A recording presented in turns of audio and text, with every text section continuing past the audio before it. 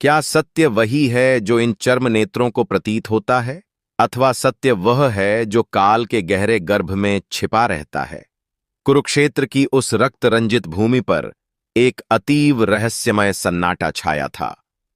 पवन के साथ बहती हुई सूखी धूल महान वीरों के रक्त में मिलकर पूर्णतया लाल हो चुकी थी।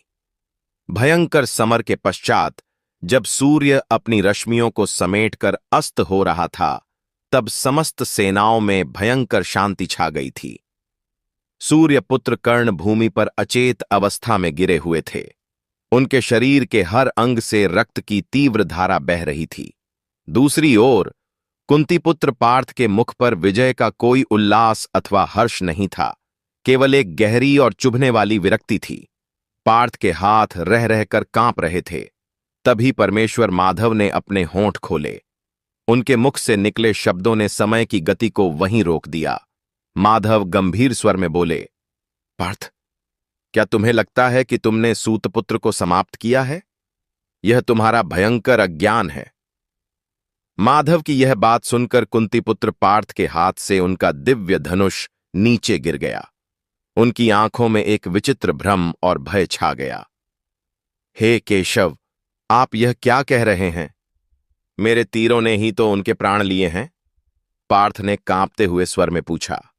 माधव मुस्कुराए, परंतु उनकी उस मुस्कान में संपूर्ण सृष्टि का भार और अवर्णनीय वेदना छिपी थी।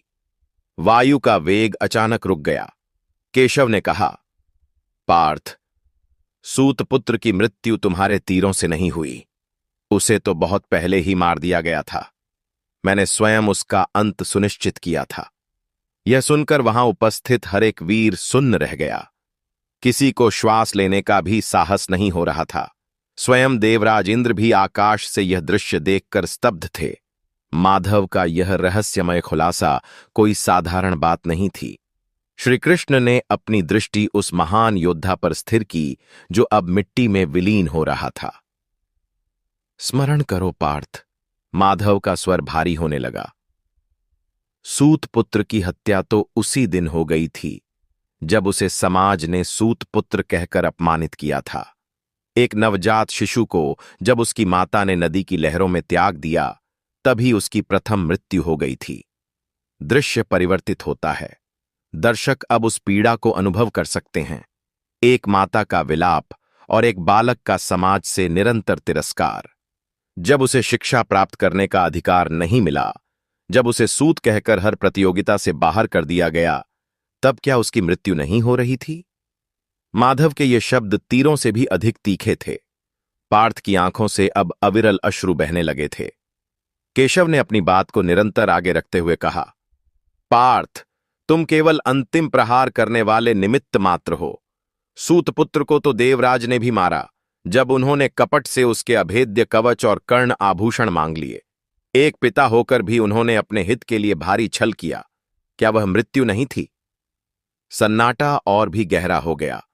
वहां उपस्थित हर एक व्यक्ति अपने भीतर महान अपराध बोध से भर गया। और फिर माता कुंती। केशव कुछ पल के लिए रुके। उनकी आंखों में एक असीम करुणा छा गई। समर से ठीक पूर्व जब एक माता ने अपने ही पुत्र से उसके अस्त्रों का वचन मांग लिया, तब मातृ प्रेम के नाम पर उसका जो मानसिक वध हुआ, क्या तुम उसे भूल गए? यह सुनकर पार्थ रथ पर बैठ गए। माधव की बातें अब प्रत्येक श्रोता के हृदय को चीर रही थीं। वायु में केवल पार्थ के रुदन की ध्वनि गूंज रही थी। सूतपुत्र ने सारा जीवन केवल सम्मान की आस में बिताया, परंतु उसे मिला केवल तिरस्कार और छल। माधव ने कहा, मित्रता के नाम पर कौरवराज ने भी उसका उपयोग ही किया। सबने उसे अपने स्वार्थ की वेदी पर बलि कर दिया। मित्रों, इस आध्यात्मिक ज्ञान मंथन प्रस्तुति को देखते हुए क्या आप भी इस महान वीर की पीड़ा को अपने भीतर महसूस कर रहे हैं? क्या आपको भी लगता है कि इस शूरवीर के साथ हर युग में घोर अन्याय हुआ है? अगर आप भी इस असीम दर्द को समझ रहे हैं, तो अभी रुकें और कमेंट में जय सूर्यपुत्र कर्ण अवश्य लिखें। आपके विचार इस सत्य को बल देंगे। पार्थ ने अश्रुपूर्ण नेत्रों से केशव की ओर देखा और पूछा, हे वासुदेव, यदि सबने उसे मारा तो आप क्यों कह रहे हैं कि आपने उसे मरवाया? माधव का मुख अब अत्यंत गंभीर हो गया। उनके मुख कमल पर एक ऐसा तेज था जिसे देखना किसी के लिए भी संभव नहीं था।